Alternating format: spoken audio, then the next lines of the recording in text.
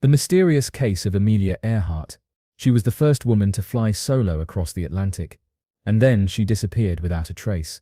In July of 1937, Amelia Earhart embarked on what would be her most ambitious journey, a flight around the world. Alongside her navigator Fred Noonan, she piloted her Lockheed Electra into the vast skies, aiming for a 29,000-mile circumnavigation of the globe. By late June they had covered most of the distance, but on July 2nd, while en route to a tiny island in the Pacific called Howland, radio contact was lost, and Earhart was never heard from again. The US Navy launched an immediate and expansive search, scouring over 250,000 square miles of ocean. No wreckage, no bodies, no final transmission ever confirmed her fate. Over the decades, theories piled up. Some believed the plane crashed and sank in the deep Pacific. Others claimed Earhart survived, perhaps captured by Japanese forces, or lived under a secret identity. A few tantalizing clues: a skeleton found on Nikomaro Island, scattered personal items, radio signals believed to be hers, have only deepened the enigma. Despite sonar scans, forensic testing, and decades of speculation, one truth remains unchanged: the ocean kept its silence. And so the question lingers: did Amelia Earhart vanish into the waves, or did she find land somewhere the world never thought to look? The mysterious case of D.B. Cooper. On a cold November afternoon in 1971, a man boarded Northwest Orient Flight 305 in Portland, Oregon. He gave his name as Dan Cooper, later misreported as D.B. Cooper, and wore a dark suit, a black tie, and carried a briefcase. Shortly after takeoff, he handed a note to the flight attendant. It read, "I have a bomb." Calmly he showed her wires and red cylinders inside his case. His demands were simple: $200,000 in cash, 4 parachutes, and a fuel truck waiting in Seattle. The FBI complied. Upon landing, Cooper released the 36 passengers in exchange for the ransom and gear, then instructed the plane to take off again, heading south toward Mexico at low altitude and slow speed. Sometime over the rugged forests of southwestern Washington, Cooper opened the rear staircase and leapt into the stormy night, parachuting into darkness. He was never seen again. The manhunt that followed became one of the most extensive in US history. Dozens of suspects were investigated, and in 1980, a young boy discovered a decaying bundle of the ransom money along the Columbia River.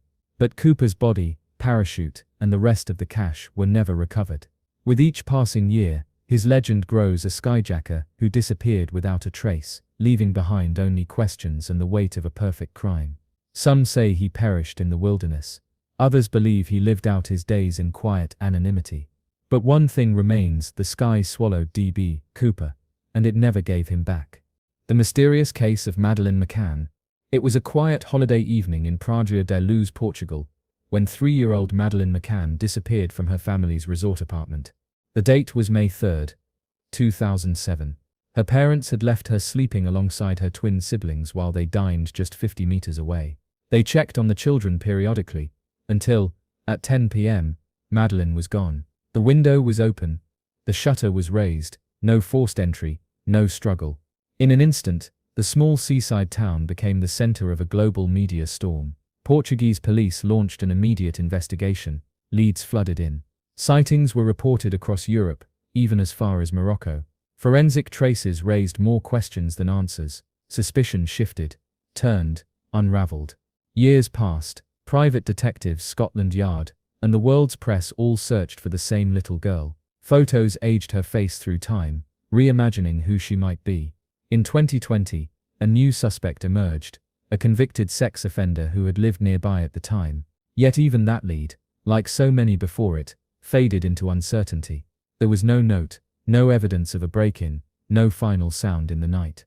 Just a child's bed left empty, and a mystery that has defied every explanation. 17 years later, the world still wonders: did someone take Madeleine, or did she simply vanish into the silence beyond the shuttered window? The mysterious case of Jimmy Hoffa. On July 30, 1975, Jimmy Hoffa stood outside the Max's Red Fox restaurant in Bloomfield Township, Michigan. He was waiting for 2 men, both with deep ties to the mob and the Teamsters Union.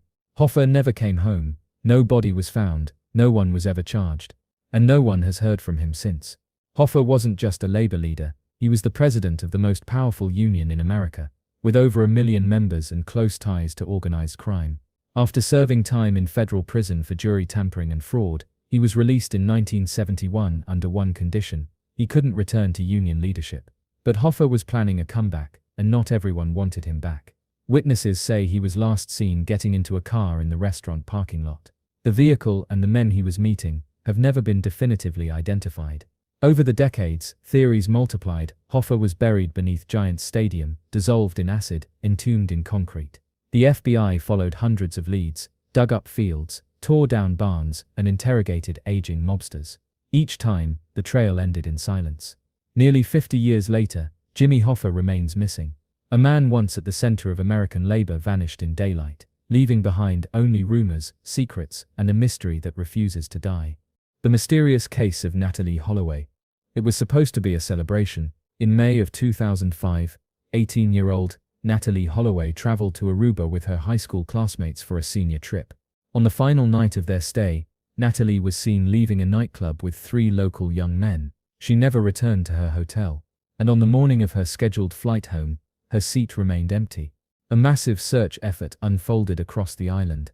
Beaches, hotels, and forests were combed. One name kept surfacing: Joran van der Sloot, the last known person to see her alive. He gave conflicting stories. So did his companions. Police detained them, released them, detained them again, but without a body, without definitive evidence, no charges stuck. Years passed, tips poured in, bones were found, tested, ruled out. Van der Sloot continued to taunt investigators and the Holloway family, even confessing at times, only to later recant. In 2010, he was arrested in Peru for the murder of another young woman, Stephanie Flores. That conviction brought some justice, but not closure. Natalee's body was never found. Her case was officially closed in Aruba in 2008, but reopened repeatedly as new leads surfaced and faded. To this day, a single question echoes across the waters of Aruba: what really happened to Natalee Holloway that night, beneath the warm island sky?